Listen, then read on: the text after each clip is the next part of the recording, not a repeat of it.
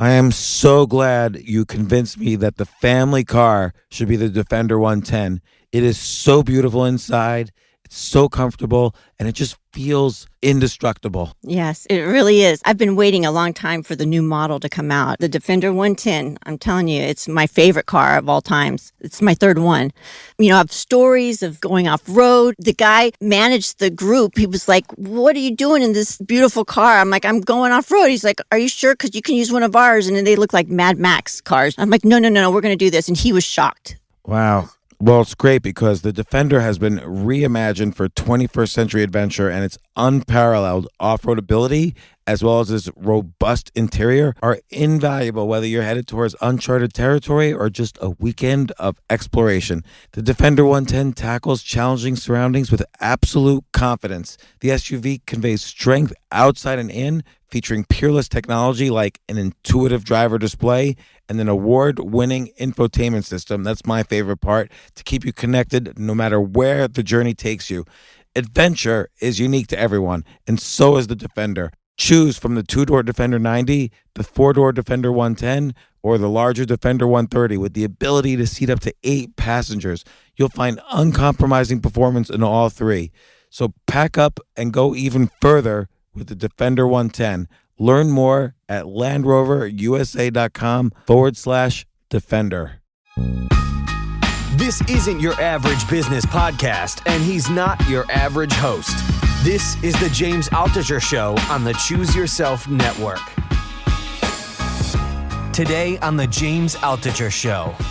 This was really useful for me. I call 3 in the morning the witching hour, because I would wake up at 3 in the morning, and whatever it is I could be potentially stressed about, I would be massively anxious and stressed at 3 in the morning. And so finally I started telling myself, look, this has been happening all my life, and so I'll do exactly what you just said. I'll say, I promise I will think about this at 3 in the afternoon instead, when I'm a little bit more lucid, and usually it was nothing to worry about. Right.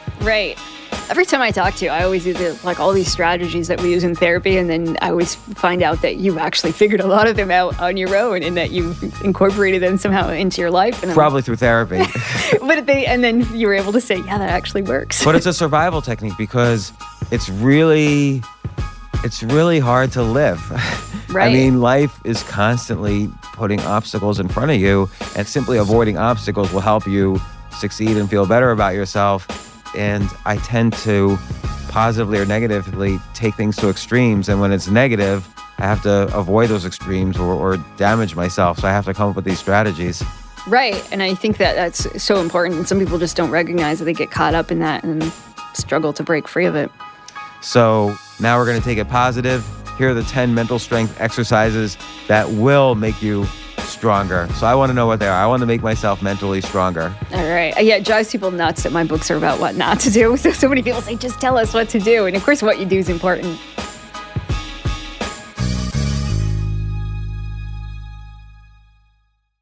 So this was 5 ways to simplify your life so you can make room for things that matter most. And I think, do you have time to keep going? Sure. So, because I want to do 10 mental strength exercises that will make you stronger. This could be like a part 2.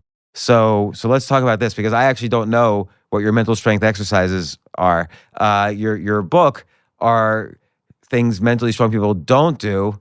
And, in there's obviously things you should do, but now we're going to take it positive. Here are the 10 mental strength exercises that will make you stronger. So I want to know what they are. I want to make myself mentally stronger. All right. Yeah, it drives people nuts that my books are about what not to do. So many people say, just tell us what to do. And of course, what you do is important. And by the way, I think, I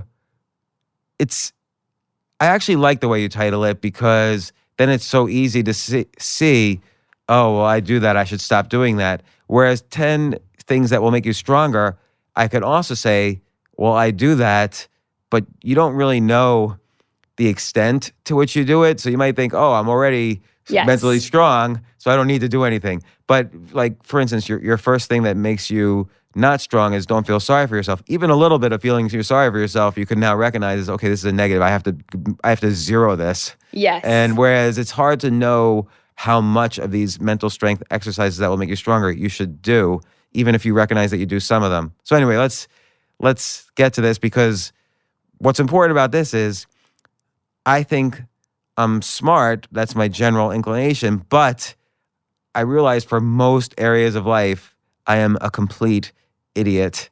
And I'm probably, and this has been my main, the main way I failed at things is assuming I'm smart at one thing, but then having that mean I'm smart at everything. Like that's been my weakest point, is kind of an arrogance about intelligence. So I think I'm stupid in most things. So I really do want to have these mental strength exercises that make me stronger. Okay, then. So what's number one? So if we divided him up about mental strength, so it's about thinking, feeling, and behaving. So if we started with a couple of thinking exercises, change the way that you think.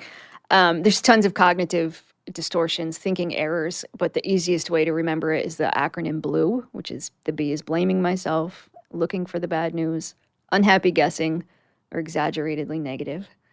And you change it, replace it with a true thought. So we all have these blue thoughts sometimes. So B is blaming. Yep. L is looking for the bad news. Looking for the bad news. So what's an example like? So if somebody said, how was your day? 9 good things happen, but you only talk about the one bad thing that happened. Yeah, and you ever encounter people like that where it's just always bad? Like they're always complaining, and it's as if nothing good has ever happened to them. I have a couple friends, and when they went on a vacation, and I say, how was your vacation? The wife goes through the list of, the plane was late and all of these bad things that happen. The husband's version of their vacation is completely different. He tells you all the great things that happen on the trip. But I think it's important to recognize if you tend to be somebody that's always looking for the bad news, then to be purposeful about saying, well, what's the good news? And the U is? Unhappy guessing. So that means, gosh, that's going to go terrible tomorrow. I'm going to fail. Nothing good's going to happen, when you're predicting something bad is going to happen. And maybe you don't have the proof of it. Right. I think that that was my biggest issue, was that I would kind of, I would look at my bank account and I would assume, gosh, I'm never going to make any money again, and I'm not going to be able to support my family. And even though I had no reason to believe that, I would just automatically go to that most pessimistic point. Yep. And it was almost like I was trying to be smart, like risk averse. So, I need to prevent this from happening. But I would get so depressed first and so anxious that ultimately, and this is like 10 years ago, ultimately I got seriously addicted to anti-anxiety medication because I couldn't breathe. I couldn't sleep. I would be just adding up numbers all the time, and it was just completely irrational. Nothing I had ever predicted that would happen to me ever actually happened, like zero. And I think so many people get stuck in that, though, right? Of just thinking, all this bad stuff's going to happen, and it wastes all of your time and energy, and it's hard to get unstuck and to flip the switch. Right. And so what's E? E is exaggeratedly negative. So maybe your boss... Which is related to this. Right. Maybe your boss calls you into the office and says, we have a problem. But then you automatically start thinking, I'm going to get fired. My life is over. My career is ending. And you just exaggerate how bad something is. Yeah. And so this feels like something one shouldn't do. What's the positive? What's the mental exercise? So when you recognize those blue thoughts, to ask yourself, to first just recognize, okay, is blue thought or a true thought, and then replace it with something that's more true. So to know, okay, if would somebody else think the same way? Is there something more realistic I can say? So if you say, I'm terrible, this is never going to work out, well, what's something more realistic? Well, if I try hard, maybe, and I do my best, maybe I can make this happen. But just come up with a sentence that's a little bit more realistic. It doesn't have to be exaggeratedly positive either. You don't have to go into something being overconfident, but to just figure out what's realistic. And so what's a specific example? So if you say, I'm never going to make any money again, my life is over, then you recognize, okay, that's a blue thought, and it probably falls into a couple of categories: unhappy guessing, exaggeratedly negative. So then you think, all right, well, how realistic is that? Probably not so much. What could I do about it? How could I make money? Is there a chance I'll do something different?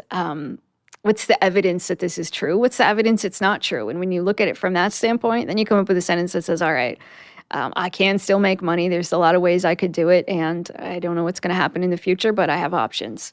See if you can come up with something that's a little bit more realistic and reframe it. And you can't necessarily control all those automatic thoughts that pop in your head, but you can control how you respond to them.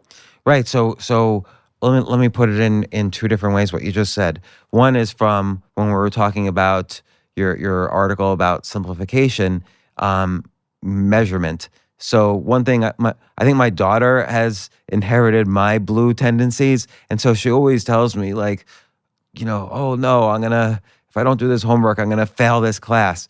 And I always tell her, every time you make a prediction, why don't you write it down? Yep. And then we could just check later to see how many predictions come true, because none of them come true.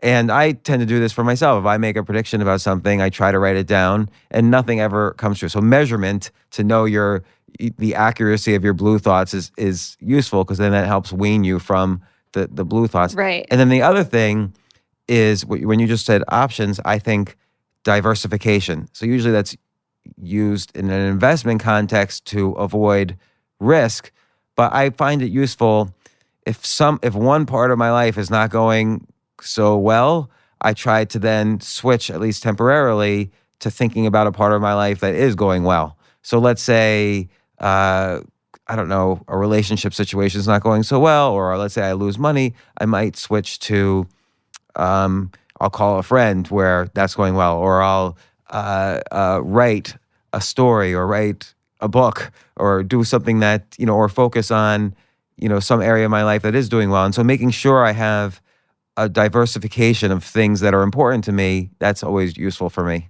Definitely. And I think, just to recognize, okay, I'm getting stuck in this pattern. What do you do to break out of that pattern and having something else going on? And like we said before, whether you explore a passion or you do something else, but focus on something different for a while, which is actually another one of the exercises. Okay, so let's do number 2. Change the channel, which is when you recognize, all right, to take a look at whether you're problem solving or you're ruminating.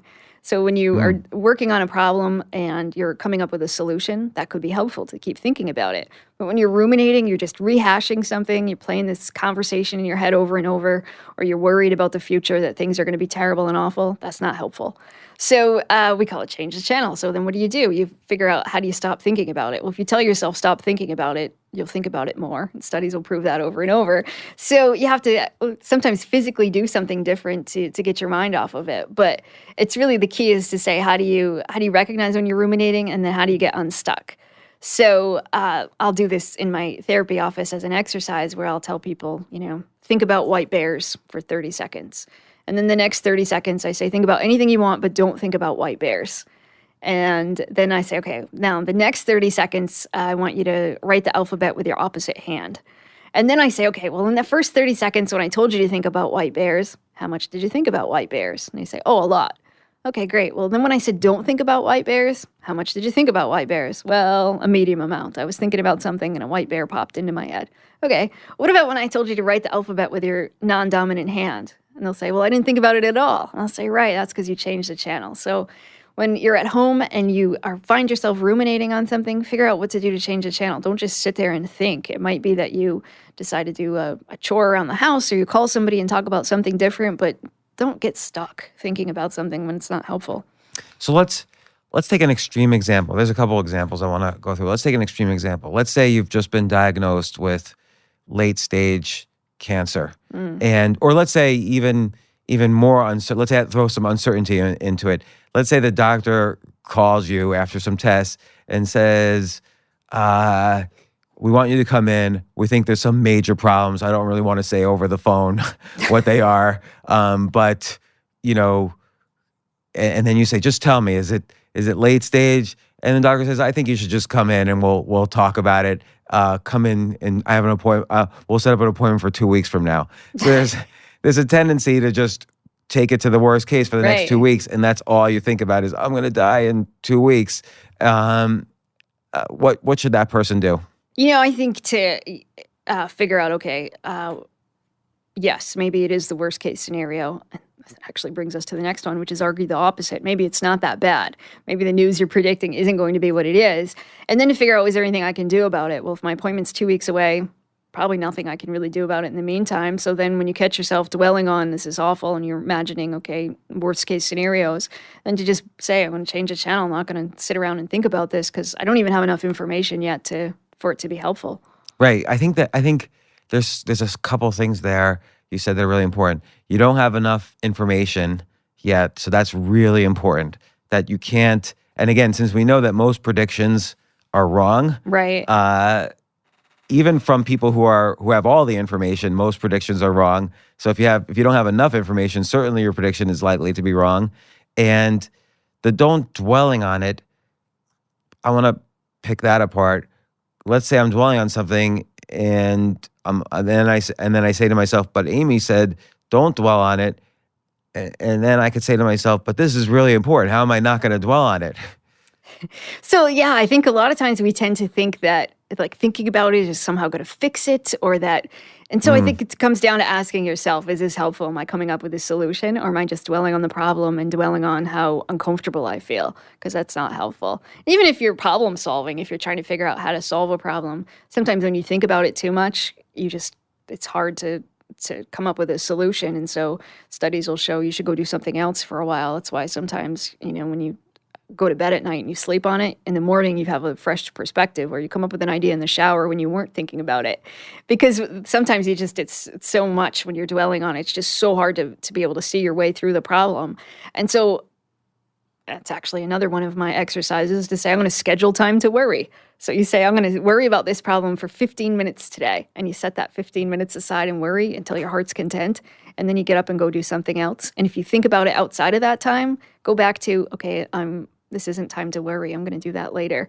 And people will just write it in their calendar. I'm going to worry from 7 to 7:15 tonight. And people who are worry warts find that that's helpful, so that they aren't worrying 24 hours out of the day. They can just contain it to a certain amount of time. Yeah, this was really useful for me. I call 3 a.m. the witching hour, because I would wake up at 3 a.m, and whatever it is I could be potentially stressed about, I would be massively anxious and stressed at 3 a.m. And so finally I started telling myself, look, this has been happening all my life, where I wake up at 3 a.m, stressed about something, and irrationally stressed. And so I'll do exactly what you just said. I'll say, I promise I will think about this at 3 p.m. instead, Yeah. when I'm a little bit more lucid and I need and slept.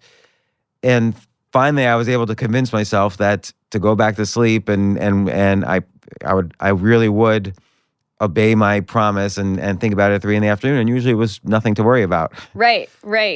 Every time I talk to you, I always do all these strategies that we use in therapy, and then I always find out that you've actually figured a lot of them out on your own, and that you've incorporated them somehow into your life. And Probably through therapy.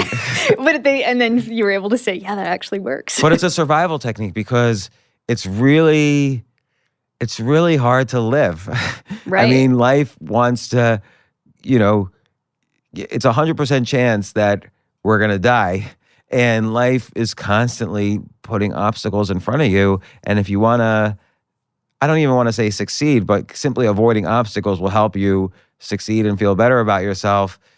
There's all these strategies you have to eventually learn or put in place. And I tend to positively or negatively take things to extremes. And when it's negative, I have to avoid those extremes or damage myself. So I have to come up with these strategies. Right. And I think that that's so important. And some people just don't recognize that they get caught up in that and struggle to break free of it. So what's number 4? So then that one would be, ask yourself what you'd say to a friend, right? When you're wrestling with something, should I take this job? Should I start this business? It's so hard to come up with a solution, because there's all this emotion involved. So you just have to sometimes just take a step back and say, what would I say to somebody else? And we give other people much better advice than we give ourselves. But if you take yourself out of the solution, it does something to the emotion. It takes a lot of that emotion that clouds our judgment out of the situation, and you can give somebody else much better advice. So to figure out how do you do that to yourself, just ask yourself, what would I say to a friend? That's so interesting. So this technique actually really has been told to me recently by my therapist. And she has a couple of different ways of bringing it up, depending on how she gets into it. But one thing she says is, if your daughter came to you with the same problem you're coming to me with, what would you tell your daughter? Yeah. And then suddenly the answer is obvious. Uh-huh. So, without specific examples, like I would just know what I would tell my daughter without even thinking about it for a second. The other thing is, let's say I'm really good in business situations, but not as good in some other kinds of situations, let's say relationships or friends or whatever. my therapist would say, okay, what would you do if this was an investment decision you were trying to make? Or what would you do if a business colleague, if this was a business situation and you were negotiating a deal, how would you respond to someone treating you this way? And then suddenly the answer becomes, so she would use an analogy where she would know I'm better at the analogy than the current situation, and that would tend to work. Yeah, I think that's genius because it just helps you to put things in a different perspective, right? And you just need a little bit of shift sometimes in the way that you're thinking, and ta-da, the answer's right there. Yeah, so that's very helpful. So okay, what's the next? So then the next one was schedule time to worry, but we already talked about that one. Next one is determine if your friends are if your feelings are a friend or an enemy. So we talk so much about emotional intelligence and that kind of a thing, but then if you were to say, well, how many emotions can you identify? Like sometimes when I work with people, I'll say, make a list of all the feeling words. You got 30 seconds, go. And they come up with like 5 words, right?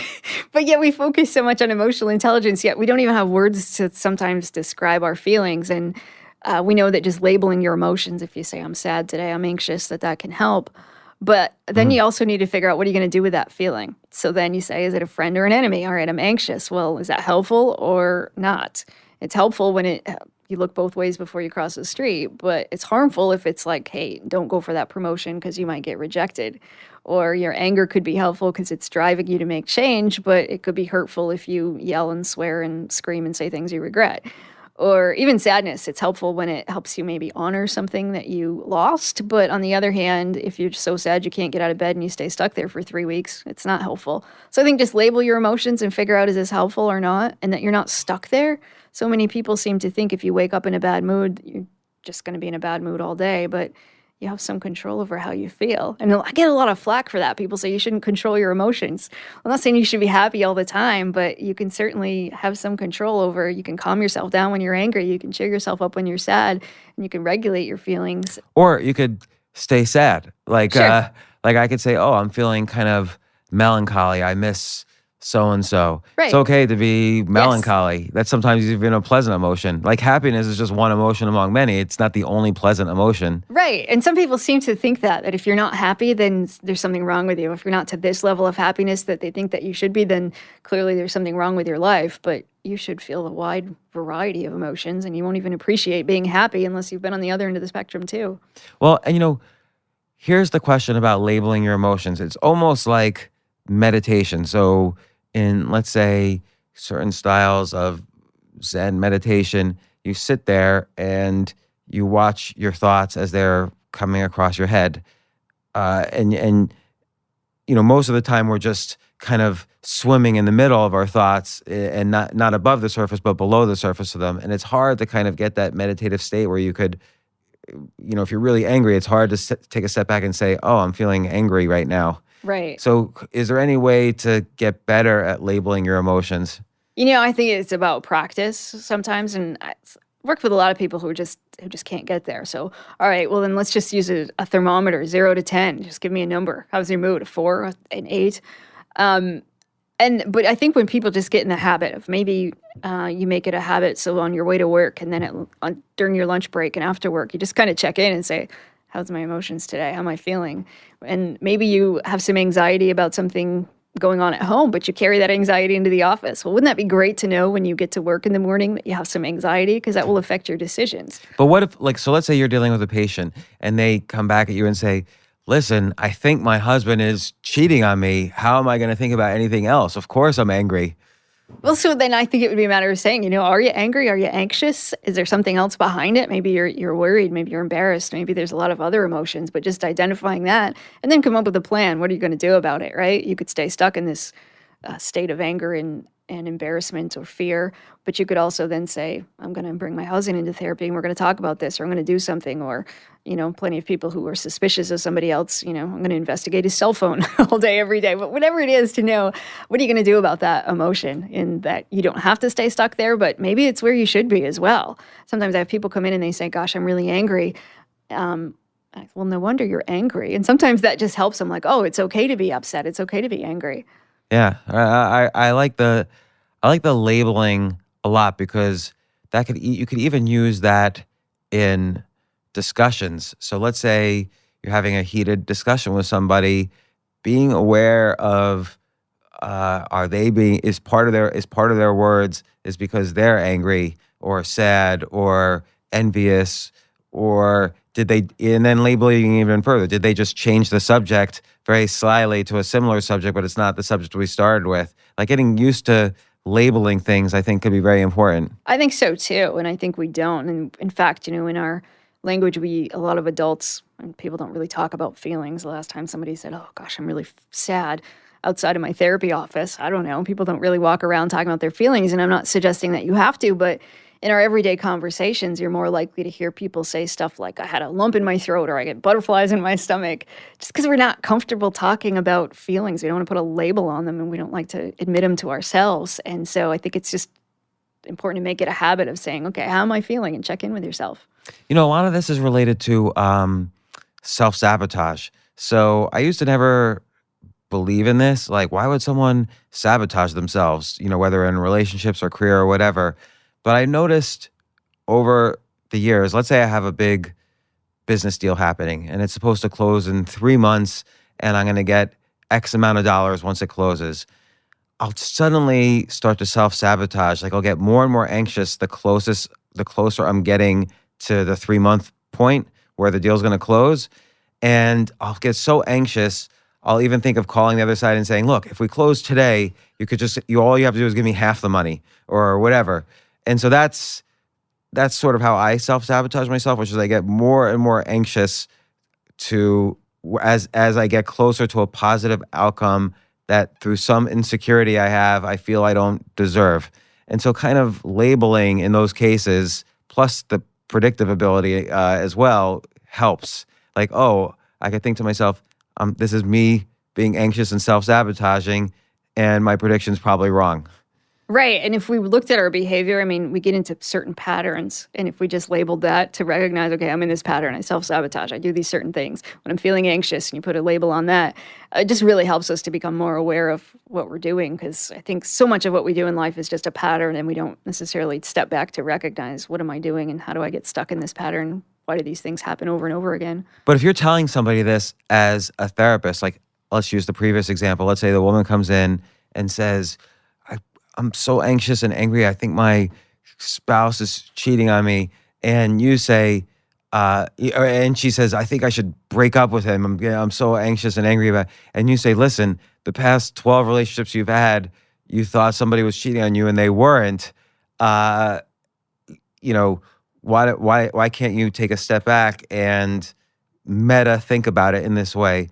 And they still come back at you and say, no, this time, you could see that they're not paying attention to you. They're not following your advice. They're still in that zone of anxiety, extreme anxiety, and they're not, and predicting bad. If you see that they're not really paying attention to you while you're giving them this good advice, what would you do? So sometimes it's about like emotions and logic, right? When people's emotions are through the roof, logic goes out the window. So it's about raising their logic. So it might be, let's write down, what's the evidence that he's cheating on you? Well, what's the evidence he's not cheating on you? What would be the pros and cons of leaving? What's the pros and cons of staying? But to put it on paper sometimes helps. And so for people to be able to see something, it's okay, I feel like he's cheating, but what's the evidence? And when you look at it and you raise your logic, then the emotion usually balances out a little bit better. Right. And then I guess also this measuring comes in, like what happened the past 10 times you had this worry about somebody or something. Right. And, my job's often to point out inconsistencies between the way people see themselves versus what their behavior indicates. So people will say, gosh, I'm the most loyal partner in the world, but then maybe they've cheated on somebody 10 times. Or just a matter of saying, okay, or, this is the pattern that I'm noticing. What do you think? And I don't want to tell people what they're doing wrong or tell them how to change their life, but helping them to come to their own conclusions. And maybe you're ending every relationship because you're scared, what if this one actually works out? Or right, which is the self-sabotage part. Right, which I think, again, plenty of people do that. And so then it's a matter of just figuring out, is there another fear there? Is there something else going on? And for people to help them hopefully come to their own conclusion about that. So what's the next? How else can I be mentally stronger? So the next one is engage in mood boosters. So because people will say, I have a bad day at work. I come home, I throw myself down on the couch and I watch TV all night and my life is just kind of passing me by. And so you say, well, what makes you happy? What do you like to do? And sometimes people have trouble coming up with a list of, well, what could you do differently? And so If you want to feel better, then again, it goes back to doing something better. So sometimes I have people come up with a list. What do you do when you're in a bad mood? They might say, I listen to sad music. I sit on the couch. I just watch TV. I stay home.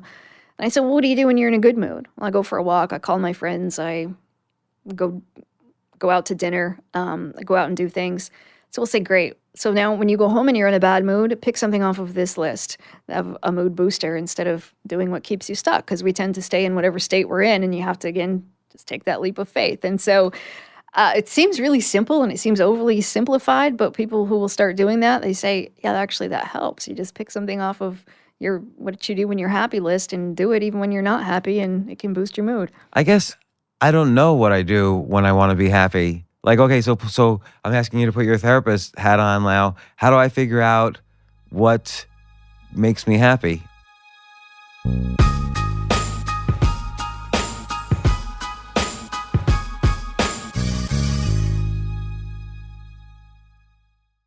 How do I figure out what my needs are? Well, so then let's say on a really good day, you let's say you have the afternoon to do whatever you want and you're in a really good mood. What would you do?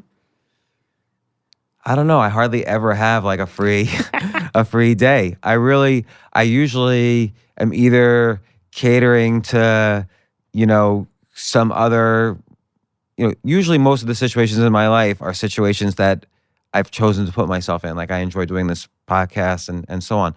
But in general, throughout the day, I'm usually doing things that are my responsibilities as opposed to, I have a free day. I'm going to do something. I have no idea what I would do. Really? So Or if I had a free weekend, I have nothing that I would choose to do.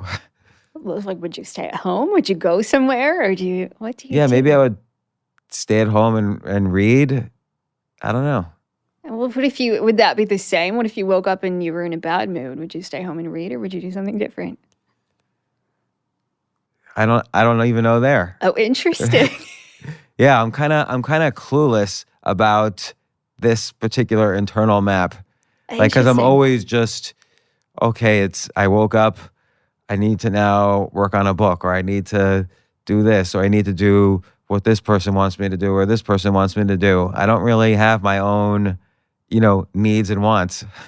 Do you have like leisure time activities that you enjoy outside of work related stuff? Well, so I do stand-up comedy here at night. So sometimes I'll watch stand-up comedy to prepare, but now in my mind, that's almost like a work thing now.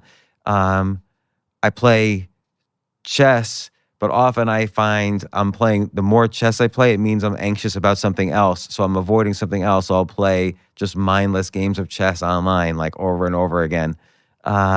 So I don't know.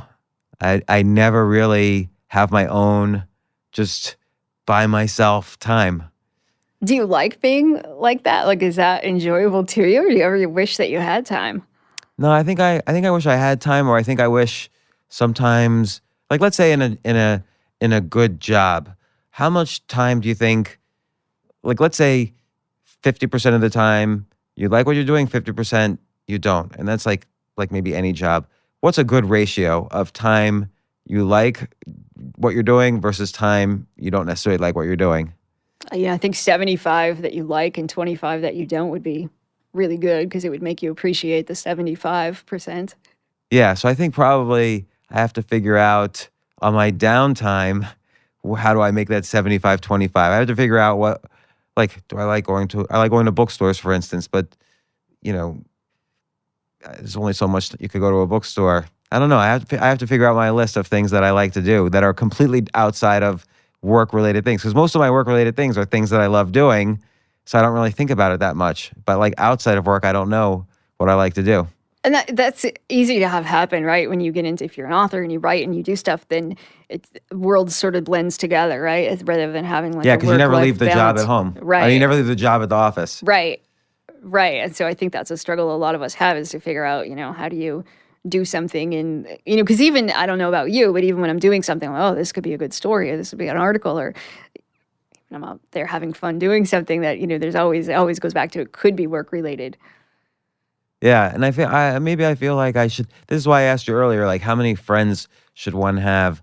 because I don't know if I really like most of my friends are and it's everybody's a legitimate friend. I work with them, so I kind of set up my life so that everybody I like I work with, Right. and I don't have too many friends outside of that. Yeah, I don't know. That that's why you said 4 or 5 friends, and I don't know if I have that outside of work. Right. Probably have to work on that. And again, because I'm very bad at like responding to emails. Usually, when someone sends me an email that's nice, that makes me more anxious about responding to it, and I don't know why. Yeah, I think that's an interesting concept. Like, are you uncomfortable with compliments in general? Maybe, yeah, Yeah. yeah, or maybe I don't know how to be equally nice back. I don't know if it's Right. not like business or if it's not like programmatic. Like, hey, can you do this on this day? I could say yes. But if it's like, hey, had such a fun time, we should hang out. I don't know. I never respond. Oh, And then I feel interesting. bad later, like, oh, I didn't respond. I should have, but that's that. Hmm. I'm going to think about all of these things and see what I can come up with. Yeah.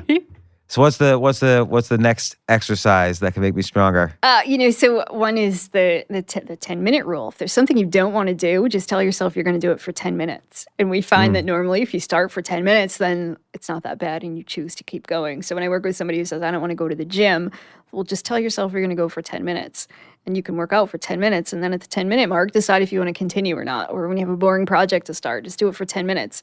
And you can talk yourself into doing it when you give yourself an out. But then once you start, usually you'll keep going and keep working on it. So sometimes that's a good way to get yourself to do something that you don't really want to do. So related to this, what do you think of to-do lists? Um, most people I know who have to-do lists, their list is so long and they can't complete everything on it, and then they're stressed out because their list gets longer instead of shorter.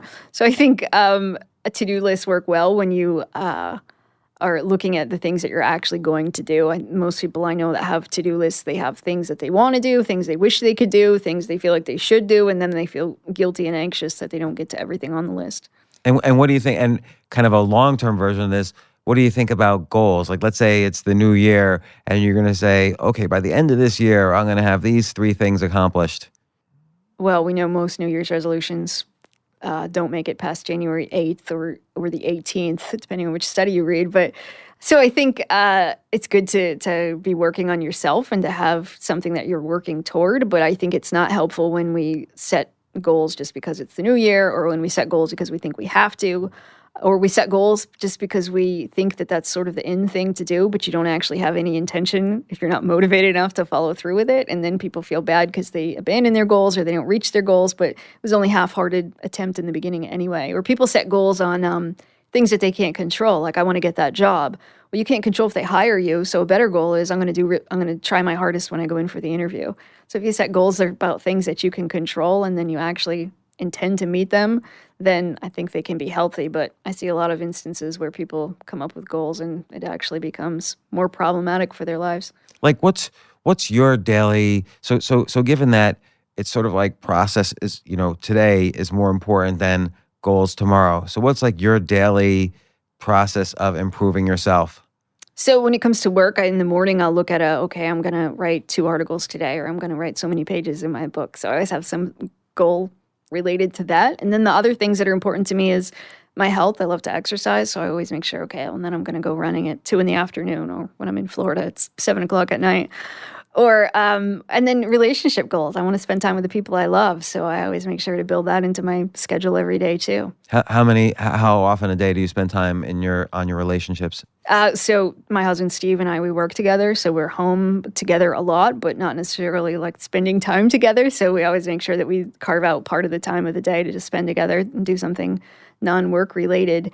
And then family and friends, always try to make sure I see family and friends, whether I go to my niece's soccer game or spend time with a friend, as many days out of the week as I can.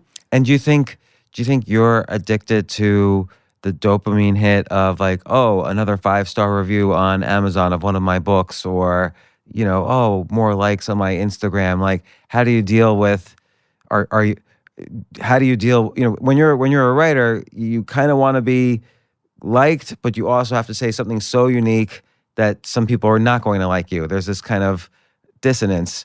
And so how do you deal with that? Like, how do you get your dopamine hits that, oh, people like me, but also make sure you're not caring too much what people think of you?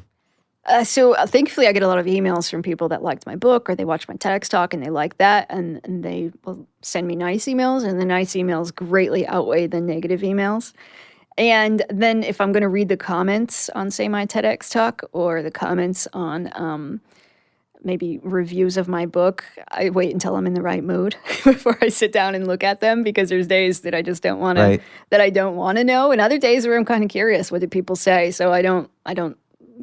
It's not something I check on every day or anything like that. Let's say your next book came out and it just doesn't do as well. Like, how would you deal with that? Would you feel like, what you were talking about before with the blue? Would you have an exaggerated, pessimism, like, oh, that's it for my career as a writer? Or how would you put it in context?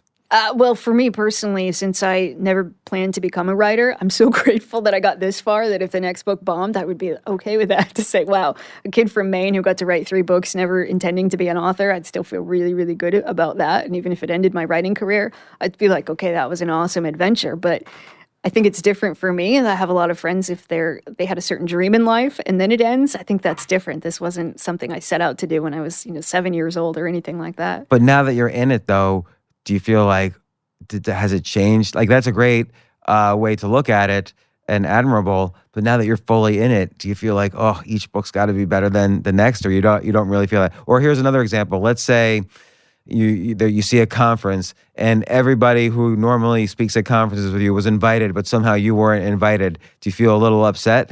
Oh, yeah. There's those moments where I think, gosh, how come I didn't, I'm not in the cool kids club, or I didn't get to do that.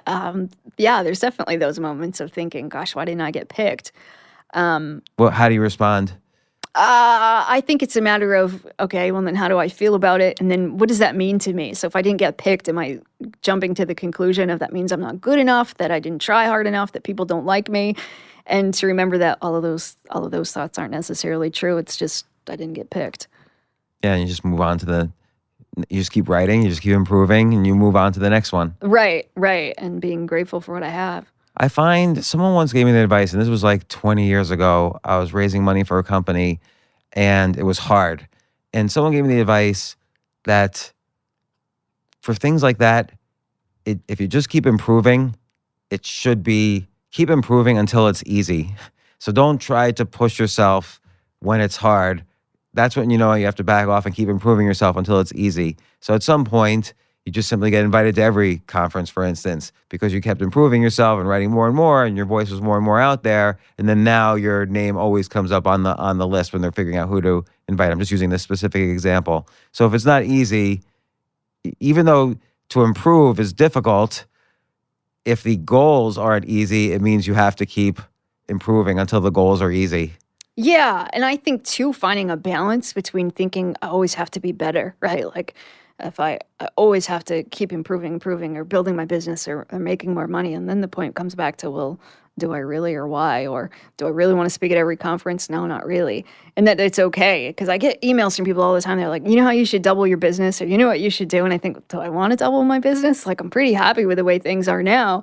But to come to that point, sometimes it's uncomfortable too, to say, well, am I just falling short of my goals? Am I selling myself short? Or is it okay to say, I'm happy with where I am now? Yeah, that's a really good point, because sometimes I'll want to be invited to a conference to speak, but then when it actually comes to like within a week or two of the conference, I'm like, oh no, I have to actually go to this now. Right. And then I'm miserable. Right. So I've stopped, basically, unless it's something really special, I've stopped saying yes to talks or conferences or anything.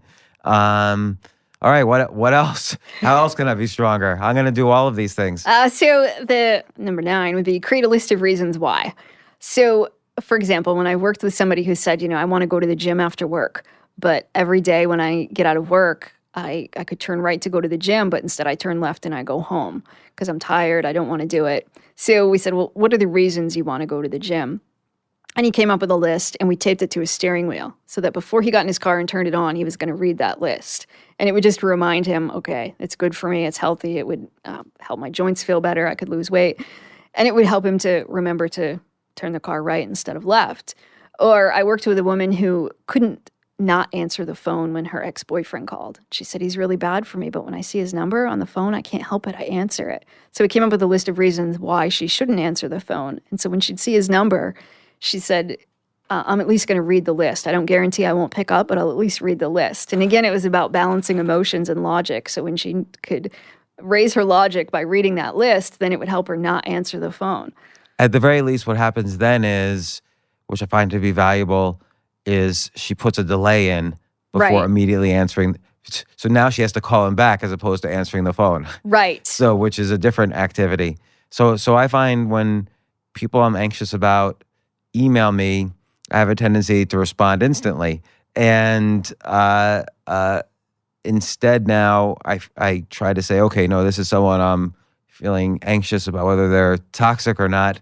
I needed to delay for a day. Yes. And then I try to do that on purpose. Yeah, and I think that's great to just say, I got to think about that, because for so many people, if the default answer is yes, to say, great, I'll get back to you about that without going to the default, and then you have to make a decision instead of just opting in. Right. But the list, and again, this goes back to your measuring things. All of this is sort of like, people in general are not logical. Like, I think you can't expect people to be logical. You can expect people to be illogical almost all the time. But all of these things like measuring, or making lists of why, or diversifying options, or figuring out consciously what is the list of things that make me happy versus the list of things that make me unhappy. These are all ways to sort of almost force logic into the situation, knowing that we're in general illogical. Right. And so I think a key to becoming better sometimes is just to try to raise your logic, and writing things down, looking at it from a different perspective can influence your decisions and maybe take some of the emotion out of it and help you to make better choices. Yeah. So okay, number 10. Acting as if. So to say, okay, I don't feel confident, but I'm going to act as if I did. Or, I don't feel like I'm happy today, but I'm going to act as if I were happy. And like we've talked about already, is just changing your behavior first, and changes in how you feel, changes how you think, how you see things. So how can you act as if you're more confident? So then you say, well, what would a confident person do walking into this? Well, maybe they smile, maybe they shake hands, they look people in the eye, they say hello, they stand differently, they don't have their shoulders hunched over, they stand up straight. Just a matter of saying, what would a confident person do? And then it's not about acting fake, but it's about saying, how do I bring my most confident self forward? Or if I were really confident about this, what might I be doing differently? And then do those things. This is part of the reasons I love doing stand-up comedy is because it sort of forces all your neuroses. It's almost like a laser beam of all your neuroses into one 15-minute period where you're on stage in front of a bunch of strangers trying to make them laugh.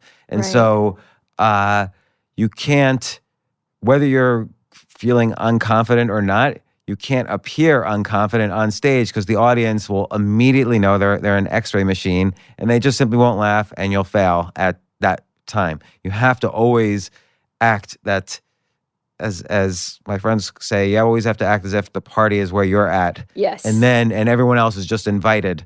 Even if you're not really feeling that way, you have to act that way. And it's hard. It takes practice. It You does. have to act.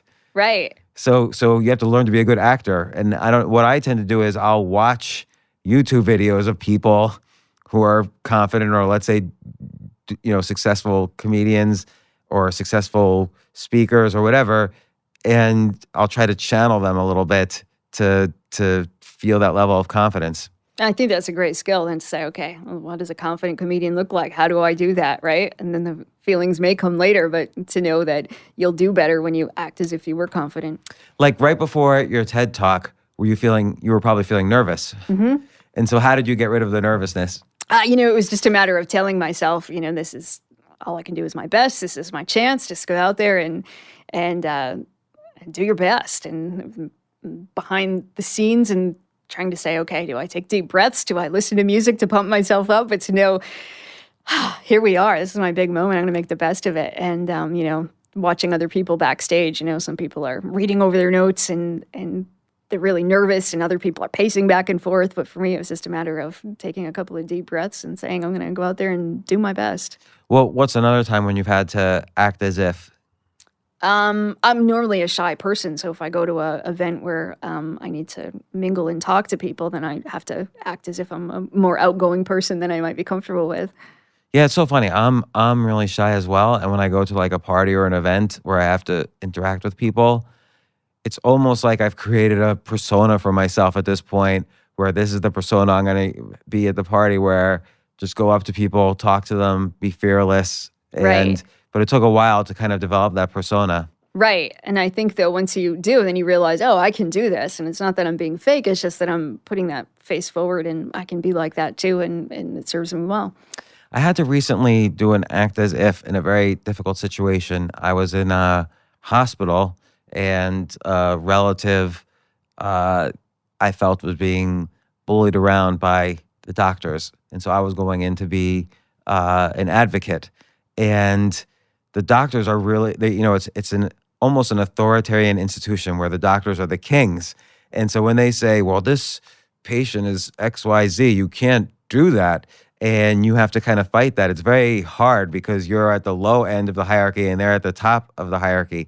So you have to totally act as if what you're saying needs to be listened to Right. and even obeyed.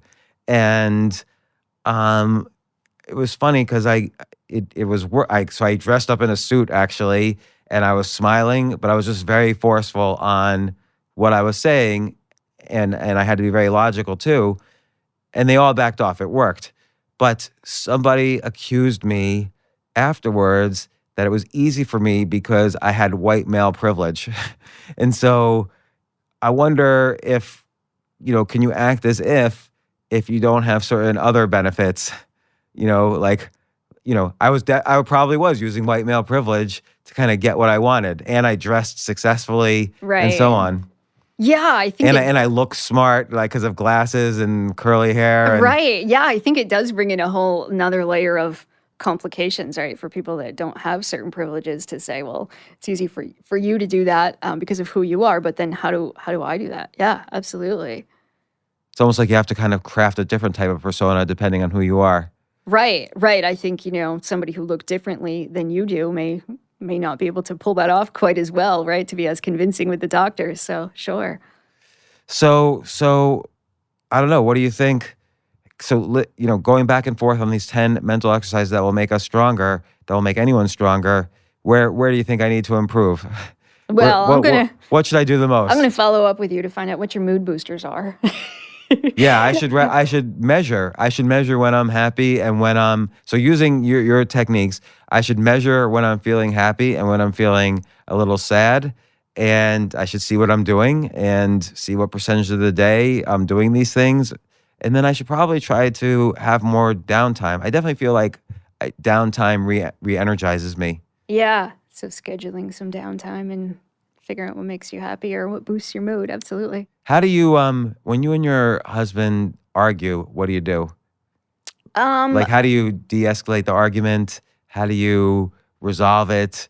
I'm sure you guys communicate well. You've been through so much. Like, what do you think you've learned from your arguments with your spouse?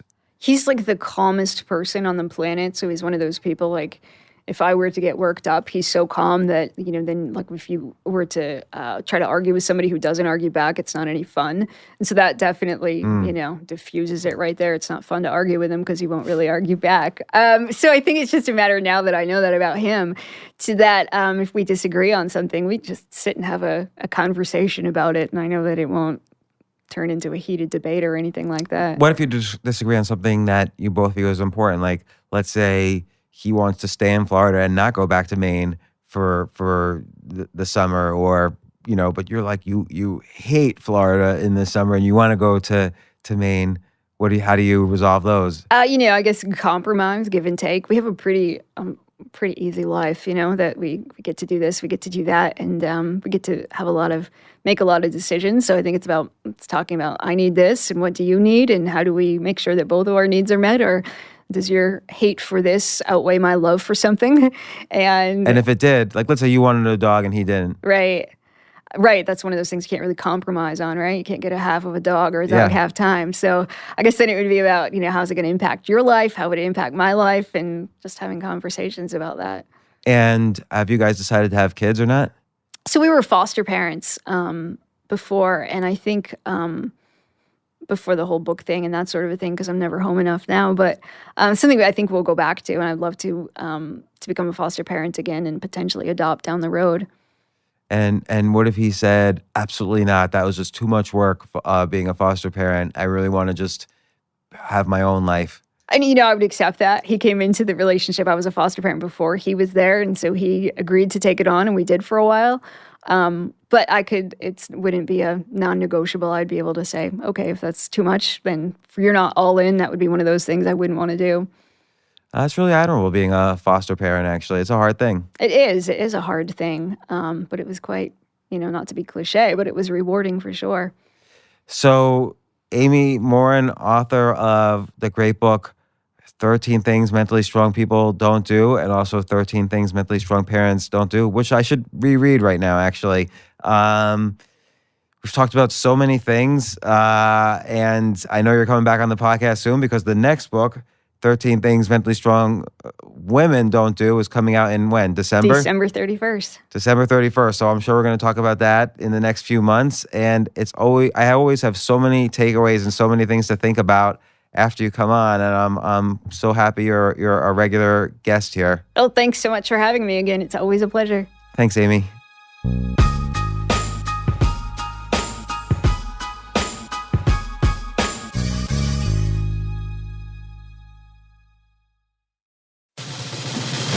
These days, we're all investors, trying to be smart with our money despite our worst impulses. But at iShares, we believe that deep down inside of every investor is a better investor.